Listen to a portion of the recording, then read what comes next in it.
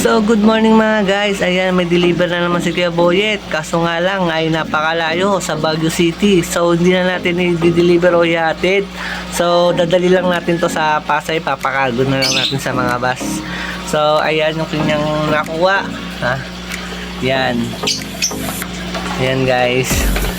At may maliit na 3 inches. Yan. Awan. So yan guys, yung deliver natin ngayon. At print na lang natin itong water plant. So ang dami niyan guys. Yan. So ano pa ba hinintay natin? At dito natin ilagay. Ilagay na natin mga guys.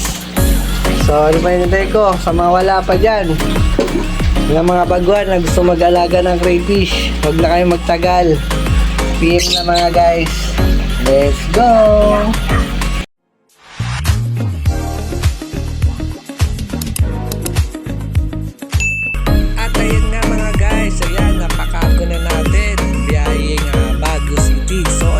Guys, titignan natin kung anong resulta, kung okay pa siya o deads na. So, tingnan natin guys. Abangan na lang natin ang susunod na kabanata mga guys.